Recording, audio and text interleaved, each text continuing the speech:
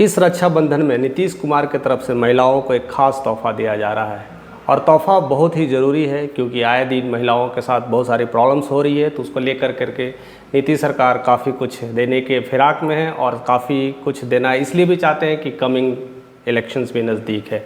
और महिलाओं के लिए जो रक्षाबंधन में है, खास करके परिवहन में सुविधा दी जा रही है। जो भी पटना में कहीं भी जाना हो, सुबह 6 बजे से लेकर के 9:30 बजे तक आप कहीं भी जा सकते हैं। बहुत सारी गाड़ियाँ की फैसिलिटी दी जा रही है और साथ साथ वो गाड़ियाँ आपको लग्जरी गाड़ियाँ भी होगी और बिहार राजपथ परिवहन की जितनी भी गाड़ियाँ हैं वो सारी सुविधाएं देने के लिए तैयार है। और साथ साथ महिलाओं को सेफ्टी के लिए खास करके उसमें कैमरे लगाए जा रहे हैं और इसके साथ साथ रोड सेफ्टी साथ साथ और भी पटना में कई जगह सीसीटीवी कैमराएं लगाए गए हैं जिससे महिलाओं को सेफ्टी हो और बस में जा कर करके भी वो सुरक्षित महसूस करे। जिस तरह की आम हादसाएं हो रही है, जिस तरह का अभी कोलकाता रेप केस के लेकर के काफ़ी संगीन मामला हुआ है और इसमें लेकर के संजय जैसे राव जैसे लोग आ रहे हैं और किस तरह से पीड़िता को तंग कर रहे हैं, खास करके डॉक्टर भी इस देश में सेफ़ नहीं है, तो फिर कौन सी जगह सेफ़ बनता है। और ख़ास करके महिलाओं को सेफ्टी के लिए सरकार को ऐसे से कड़े कदम उठाने चाहिए। और इसी बात को लेकर के बाकी भी सरकारें काफ़ी कुछ तैयारियां में लगी है और यूपी सरकार ने भी रक्षाबंधन में सारी सुविधाएं देने की कोशिश की है। वहां भी बस सेवाएं बिल्कुल फ्री कर दी गई है और उसकी टाइमिंग्स अभी तो क्लियर नहीं हुई, लेकिन मॉर्निंग से लेकर के टिल इवनिंग तक सारी बस सेवाएं फ्री होगी। महिलाएं जा सकती है, इवन छात्राएँ भी जा सकती है, सब कुछ फ्री सेवाएँ के साथ उठा सकती है।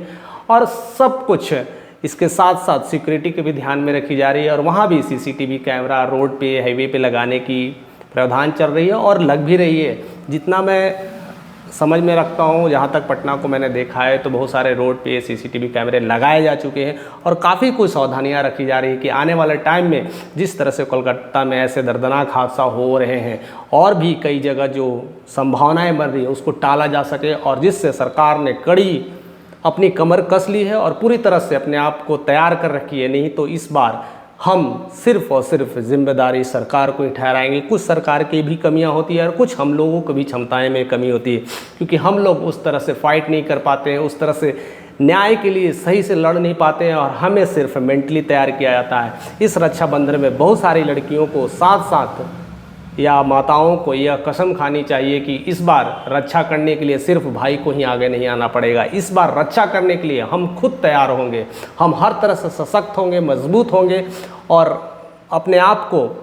मेंटली, फिजिकली, स्पिरिचुअली हर तरह से तैयार करेंगे जिससे ऐसे आने वाले चीज़ों को, ऐसे आने वाली घटनाओं को हम खुद लड़ सकें और अपने आप को सेफ कर सकें। और तमाम इन सारी चीज़ों को रखते हुए इस रक्षाबंधन में भाइयों को भी ध्यान रखना है कि